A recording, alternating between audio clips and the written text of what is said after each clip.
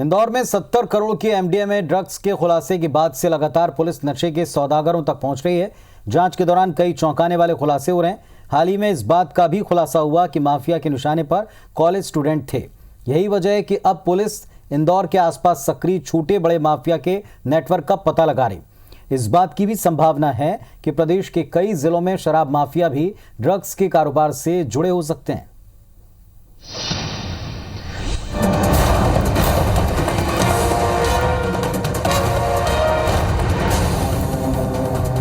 Indore police का operation प्रहार पहले महाराष्ट्र तो कुछ ही समय बाद राजस्थान, फिर गुजरात और फिर तेलंगाना, हर जगह से पुलिस ने नशे के सौदागरों को धर दबोचा। मगर अब पुलिस मध्य प्रदेश में छिपे छोटे बड़े माफिया की तलाश में है। इंदौर के साथ साथ आसपास के जिलों में सक्रिय माफिया को पकड़ने की योजना बनाई जा रही है। इंदौर रेंज में 8 जिले आते हैं, जिसमें खुद इंदौर, खंडवा, खरगोन, बुरहानपुर, बड़वानी, धार, अलीराजपुर, झाबुआ शामिल हैं। यानी इन शहरों से नशे का बड़ा नेटवर्क सामने आने की संभावना है। बड़वानी, खरगोन और खंडवा जहां सिकलीगर सक्रिय हैं। सिकलीगर यानी जो अवैध हथियार बनाते हैं। कई बार इन जिलों से बड़ी संख्या में हथियारों के साथ सिकलीगर पकड़े गए हैं।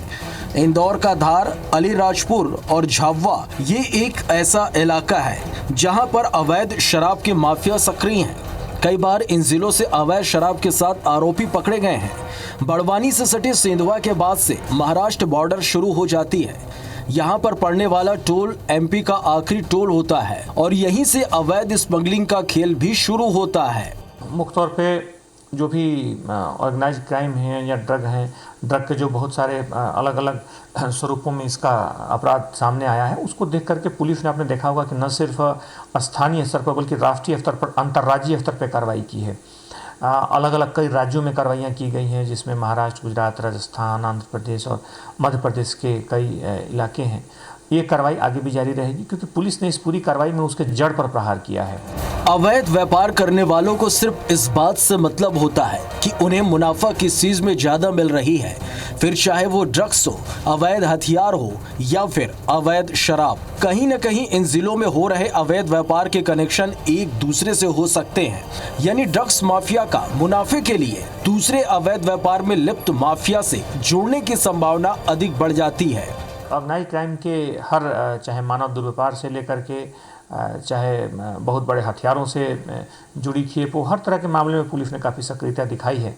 और हमें उम्मीद है कि आने वाले दिनों में जो ये कार्रवाइयाँ हैं, मुख्य तौर पे जो जिस तरह के अपराधों के विरुद्ध जो मुहिम चल रहा है, लगातार इसी तरह से प्रखरता से चलता रहेगा। एक तरफ IBC 24 ने नशे के खिलाफ मुहिम छेड़ रखी है, तो वहीं सत्तारूढ़ बीजेपी के नेता भी नशे के खिलाफ मुखर हो रहे हैं। हाल ही में मध्य प्रदेश के पूर्व मुख्यमंत्री उमा भारती ने महिला दिवस के मौके पर अभियान छेड़ने का ऐलान किया है। रवि हेमराज सिसोदिया, IBC 24 इंदौर। और सीधे इंदौर का रुख करते हैं। रवि हेमराज सिसोदिया हमारे साथ में इंदौर से सहयोगी जुड़ रहे हैं। रवि, आपकी रिपोर्ट भी ये बात बताती है कि लोकल नेटवर्क को खंगालने का काम पुलिस ने किया है और अंतर्राज्यीय कनेक्शंस के ऊपर प्रहार किया है ताकि जड़ से खत्म हो सके। पुलिस भी जानती है, आप हम भी जानते हैं कि इतना आसान नहीं होगा, क्योंकि ये दूसरे रास्ते, दूसरा नेटवर्क, कोई एक नेटवर्क नहीं, कई नेटवर्क को ये एक साथ लेकर चलते हैं। क्या पुलिस की नज़र हर एक नेटवर्क तक पहुँच पाई है? जी बिल्कुल, देखिए जिस तरीके से इंदौर शहर में ड्रग्स को लेकर कार्रवाई की गई है, अब ज़रूरी है कि यह जो कार्रवाई है अब पूरे इंदौर जोन में की जाए, क्योंकि हरिनारायण मिश्र जो कि पहले इंदौर DIG रहे, उसके बाद इंदौर में ही उन्हें IG की पदोन्नति मिली और अब वो इंदौर रेंज के IG हो गए हैं। तो जो सक्रिय कार्रवाई इंदौर शहर में हुई है वह इंदौर रेंज में हो, जिसमें इंदौर रेंज की अगर हम बात करें तो मालवा निमाड़ को मिलाकर इसके अंतर्गत 8 जिले ऐसे पड़ते हैं, जहाँ पर 3 से 4 जिले ऐसे हैं जहाँ पर सिकलीगर सक्रिय है, जो अवैध हथियार बनाने का काम करते हैं, सप्लाई करते हैं और इंदौर में कई मरतबा सप्लाई के दौरान वो पकड़े भी गए हैं। तो दूसरे इलाके ऐसे हैं जहाँ पर अवैध शराब की बिक्री होती है और यह माफिया यहाँ पर सक्रिय है। अब माफियाओं को इस बात से मतलब होता है कि उन्हें प्रॉफिट ज़्यादा किस में मिल रहा है, एक दूसरे से जुड़े होते हैं, इनके कॉन्टैक्ट्स होते हैं, इनके लिंक होते हैं और चूंकि इनका टारगेट भी यंगस्टर्स होते हैं, तो ऐसे में सबसे बड़ी बात तो यही है कि जिस तरीके से अब तक इंदौर शहर में ड्रग्स सप्लाई होने की बात हुई है, अब इंदौर रेंज में कार्रवाई को लेकर एक योजना तैयार की जा रही है कि जितने भी अंदर अन्य जिले हैं, जिसमें खरगोन की बात कर लें, खंडवा, बड़वानी, धार, अलीराजपुर, बुरहानपुर, ये जितने भी जिले हैं जो कि इंदौर रेंज के अंतर्गत आते हैं, यहाँ पर सभी अधिकारियों के साथ मिलकर एक प्लान आउट किया जा रहा है। हालांकि पहले भी इन जिलों में पुलिस कार्रवाई करती रही है और सक्रिय कार्रवाई के मार्फत ही यहाँ पर सिकलेगढ़ की बात कर ली जाए या फिर दूसरे अवैध मादक पदार्थों के अवैध व्यापार करने वालों के खिलाफ सक्रिय कार्रवाई होती रही है। लेकिन जब से इंदौर शहर में एक बड़े स्तर का ड्रग्स स्कैंडल पकड़ा गया तो कहीं ना कहीं तार इनसे भी जुड़ते हुए नजर आ सकते हैं, क्योंकि ये जिले ऐसे हैं जहां पर प्रभावी तौर से अवैध मादक पदार्थों की बिक्री होती रही है और यहां पर भी इसके भी कनेक्शन जो है इंदौर से लगातार बने रहे हैं। अगर हम बात कर लें सेंधवा की, तो सेंधवा बॉर्डर एक ऐसी बॉर्डर है जो कि महाराष्ट्र की एक आखिरी बॉर्डर हो जाती है।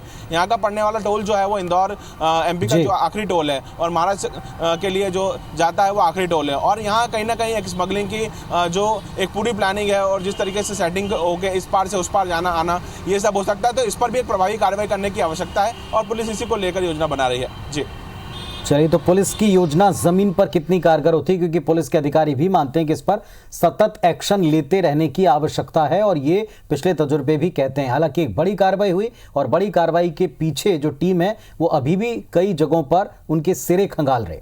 बहुत शुक्रिया आपका इस पूरी जानकारी के लिए।